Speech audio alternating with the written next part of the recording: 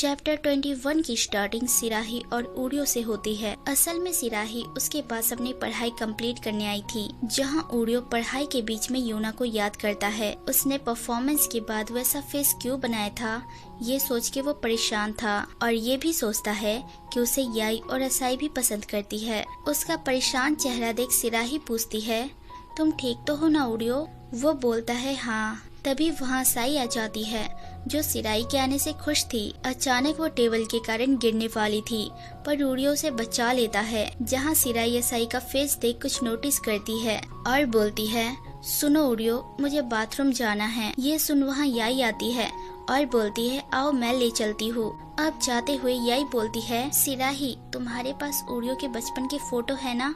मुझे देना, मुझे देखना है। वो बोलती है अच्छा ठीक है, लेकिन सिराही सैड थी। वो बोलती है, मतलब असाही और याई दोनों ओडियो को पसंद करते हैं, पर ओडियो पे तो शुरू से मेरा हक था। अब वो देखती है योना और ओडियो के बीच में बहस हो रही है, जहाँ योना को लाल होते देख ओडियो उसे चेक करता है। ये सीन देख उसे योना के बारे में भी पता चल जाता है। अगले सीन में सिराही घर लौट रही थी, जहाँ वो ओडियो से पूछती है, सुनो ओडियो, क्या तुम आज रात मेरे साथ डिनर करोगे? वो थोड़ा हिचकिचाते हुए हाँ बोल देता है, लेकिन उन बहनों के चिल्लाने की आवाज सुन वो बोलता है, माफ करना सिराही, मुझे नहीं लगता मैं उन्हें अकेला छोड़ के कहीं जा सकता हूँ। हम कभी और मिलते हैं। उसकी बात सुन सिराही काफी सैड होती है और बोलती है, ठीक है। वो बोलता है, मुझे लगता है तुम अकेली जा सकती हो, ठीक से जाना। तभी सिराही फेक स्माइल के साथ ओडियो को बाय बोलती है। अगले सीन में हमें सिराही रोती हुई दिखाई जाती है, क्योंकि वो जिस ओडियो को जानती थी, अब ओडियो वैसा नहीं था। ओडियो की जिंदगी में अब सिराही का कोई वजूद नहीं था। वो उसे उन लड़कियों के लिए इग्नोर मार दिया करता था। इसलिए सिराही रोती हुई बोलती है, मुझे मेरे पहले वाले ओडियो को देखना है। तभी उसके फोन में एक नोटिफिकेशन आता है।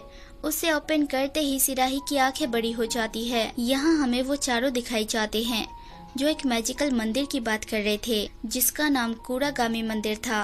कहा जाता है वहाँ कोई भी विश करने से उनकी विश पूरी हो जाती है, और ऐसा एक लड़की के साथ हो चुका है। वो जिससे प्यार करती थी, आज वो दोनों रिश्ते में हैं। अगले दिन वो सब मंदिर की ओर निकल जाते हैं। पहाड़ चढ़ते हुए ओडियो की वाट लग जाती है। खैर योना वहाँ जाके विश मांगने वाली थी कि उसे बहुत सारी डेंगोस खाने को मिले, जो उसकी फ्रेंड बना के उसे देगी। असाई का सपना था नेशनल मैराथन जीतने का। याई का सपना था ओडियो से शादी के लिए पूछेगा। सब अपने अपने सपने के साथ वहाँ तक पहुँच जाते हैं, लेकिन वो जगह काफी पुरानी थी, इसलिए उन्हें डर भी लग रहा था। योना तो एक क्रो के आवाज से डर जाती है। अचानक ओडियो को लगता है वहाँ उनके अलावा भी कोई है। ये सुन योना काफी डर जाती है, इसलिए वो लोग इतना ध्यान नहीं देते और अपनी विश मांगने पे फोकस करते हैं। और कूड़ागामी मंदिर को प्रणाम करके वो सब वापस जाने लगते हैं। असल में उन्होंने कोई विश ही नहीं मांगी थी। उन्हें पता था वो कोई विश नहीं भी मांगेंगे तभी उनका रिश्ता अटूट रहेगा। अचानक उन सबको अजीब फील होता है। उन्हें समझ नहीं आता वो कहाँ जा रहे हैं। असाही बोलती है, अभी मुझे ऐसा लगा जैसे मैंने योना दीदी को लंबे बालों में देखा। तभी हमें उसी मंदिर में सिराही विश मांगती हुई नजर आती है, जो रोते हुए एक विश मांगती है। और अचानक ओडियो को कुछ होता है, वो रुक जाता है। वो तीनों ओडियो की तरफ देखती हैं, लेकिन तभी उसकी नजरों से वो तीनों बहनें गायब हो जाती हैं और सारी मेमोरीज रिवर्स होने लगती हैं। अब ओडियो का आँख खुलता है, लेकिन वो कहीं और था।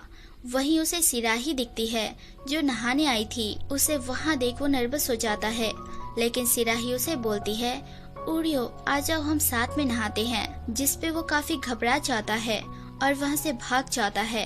अब वो आमागामी मंदिर आ चुका था।